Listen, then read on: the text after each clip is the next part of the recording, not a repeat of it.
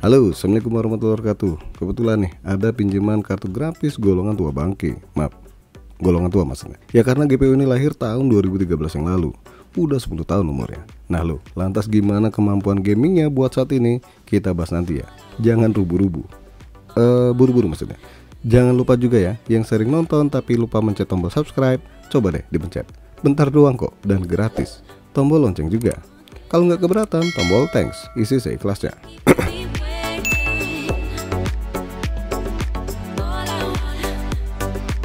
Nvidia GTX 650 Ti bus 2GB DDR5 192 bit. Salah satu VGA yang cukup langka nih sebenarnya. Beneran, gak banyak orang jual VGA tipe ini. Dulu barunya kalau saya nggak salah lupa, ingat maksudnya, di kisaran 2,7 juta rupiah. Harga yang mirip-mirip dengan penerusnya yaitu Nvidia GTX 1650 Super. Waktu harganya masih waras ya. Nah, harga VGA 1 ini ada yang jual di angka 600.000 untuk varian VRAM 1GB dan 750.000 untuk varian yang 2GB. Mahal apa murah? Kalau menurut saya ya mahal ya, untuk teknologi tua dan juga kinerja yang diberikan. Masih banyak GPU dengan kemampuan yang lebih baik nih di rentang harga yang sama. Tua gimana bos? Tua bangke, maaf, maksudnya masih berbasis DirectX 11. Untuk driver udah mentok di versi 474. Dan ini update terbaru juga sih sebenarnya untuk versi lawas ya. Masalah harga, it's okay lah ya. Ya hak mereka ya mau jual berapa. Masa memaksa? Emangnya situ penguasa? VGA 1 ini butuh power supply minimal 300 watt dengan konektor 1x6 pin nih, dan TDP 130 watt.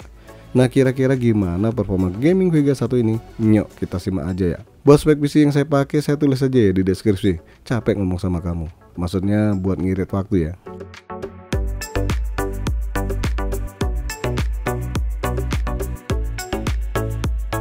PES 2024. Aman bos.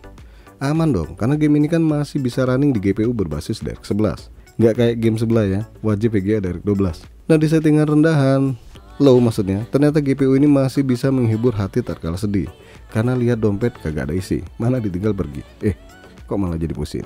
Ya intinya masih cukup bisa diandalkan untuk game PES 2024 dengan frame rate ya masih di angka 60 fps.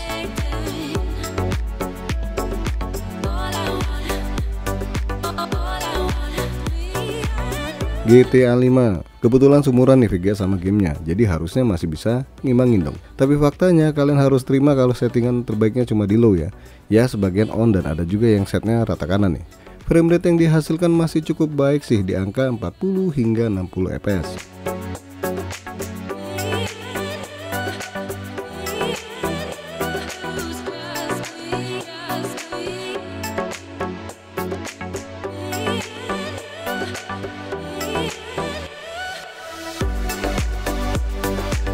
Forza Horizon 5. Oke, lanjut game balap mobil nih. Di game ini kalau maksa resolusi 1080p biarpun settingan very low, tetap aja frame rate rata-rata nggak nembus di angka 30 fps, cuma 28 fps. Tapi kalau kalian nggak egois, coba deh turunin keangkuhanmu. Maksudnya jangan sombong gitu. Ini kan VGA tua, kita main di resolusi 900p aja nih. Dengan settingan yang kurang lebih sama dan lumayan nih, dapat 34 fps.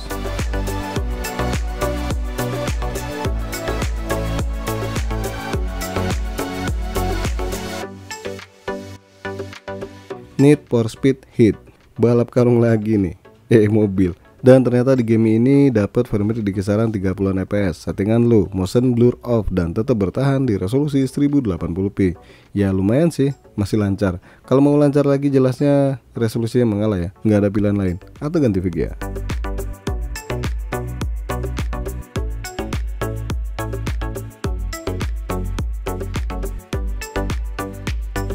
Apex Legends. Lanjut ke game online nih. Di game satu ini di settingan rata kiri alias low, hasilnya masih cukup memuaskan 40 hingga 60 fps. Tapi ketika kalian naikkan ke settingan medium, VGA ini mulai ngomel nih, macam betina bawel. Frame rate-nya tergolong hancur nih. Biarpun suka tembus di atas 30 fps, tapi suka jatuh-jatuh juga di bawah 30 fps. Bikin sakit hati. Halah, mata maksudnya.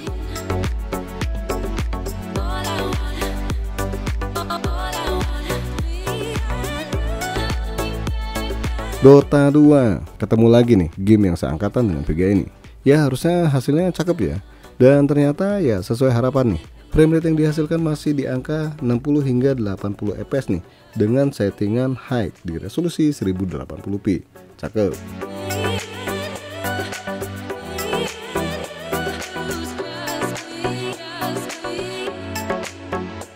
Genshin Impact. Buat game satu ini karena sering banget update. Aduh, saya juga lupa nih, ini updatean yang terbaru atau belum ya. Maksudnya versi 4.0 atau di bawahnya. Nah, di game ini settingan lu sebenarnya masih layak dimainkan. Tapi kalau mau lancar pakai banget, settingan paling baiknya sih di settingan lemes alias lowest, dan tetap bertahan di resolusi 1080p pastinya.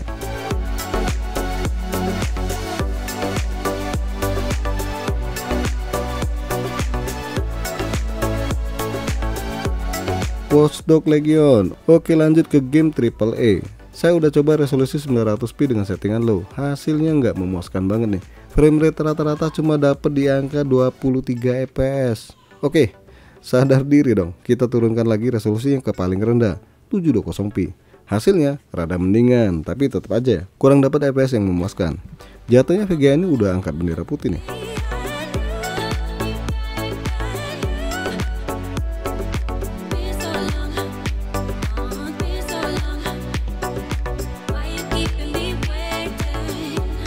Valorant, game terakhir yang diuji coba.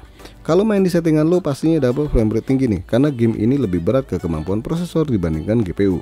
Tapi kalau kita setting high baru deh VGA ikut bekerja. Dan faktanya VGA ini masih sanggup dapat frame rate di atas 100 fps lebih. Masih sangat oke banget buat game sekelas Valorant.